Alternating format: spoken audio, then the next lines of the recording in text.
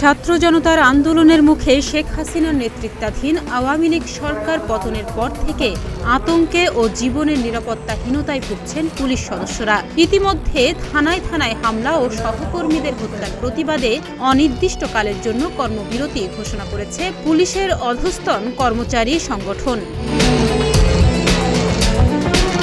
গত কয়েকদিন সরকারের পতনের দাবিতে ছাত্র জনতার সঙ্গে পুলিশ ও আওয়ামী লীগ নেতা কর্মীদের সঙ্গে সংঘর্ষে আন্দোলনকারীদের পাশাপাশি অনেক পুলিশ সদস্যও নিহত হয়েছেন।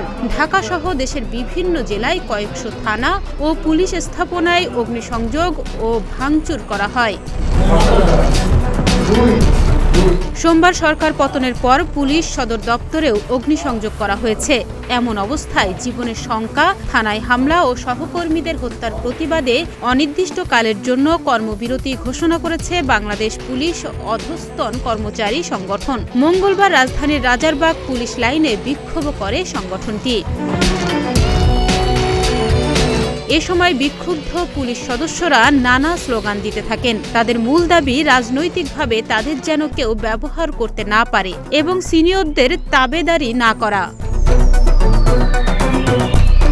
এর আগে গণমাধ্যমে পাঠানো এক বিজ্ঞপ্তিতে বলা হয়, গত কয়েক বছর ধরে পুলিশের কতিপয় ঊর্ধ্বতন কর্মকর্তার দলীয়করণের মাধ্যমে বাংলাদেশের মানুষের সাথে পুলিশের ভাবমূর্তি ব্যাপকভাবে ক্ষুণ্ণ হয়েছে, যার ফলে গত ৫ আগস্ট সাবেক প্রধানমন্ত্রী শেখ হাসিনা পদত্যাগ করার পর থেকে সারা দেশের পুলিশ সদস্যদের ওপর এবং পুলিশের প্রতিষ্ঠানসমূহের ওপর নির্বিচারে হামলা চালানো হয়েছে।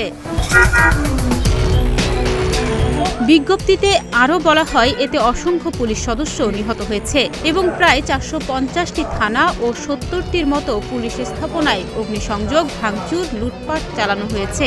এ পরিস্থিতিতে পুলিশ সদস্যদের নিরাপত্তার স্বার্থে বাংলাদেশ পুলিশের অধস্তন কর্মচারী সংগঠন মঙ্গলবার থেকে দেশব্যাপী অনির্দিষ্টকালের জন্য কর্মবিরতি ঘোষণা করেছে। গণ আন্দোলনের মুখে গত সোমবার প্রধানমন্ত্রীর পদ থেকে পদত্যাগ করেন শেখ হাসিনা। এরপর তিনি একটি সামরিক হেলিকপ্টারে করে দেশ ত্যাগ করেন। প্রধানমন্ত্রীর পদত্যাগের পর থেকেই সারা দেশে বিভিন্ন স্থানে থানা ও পুলিশ স্থাপনায় ব্যাপক হামলা হয়। এতে বহু হতাহত হয়েছেন। ডেস্ক রিপোর্ট, প্রতিদিনের বাংলাদেশ।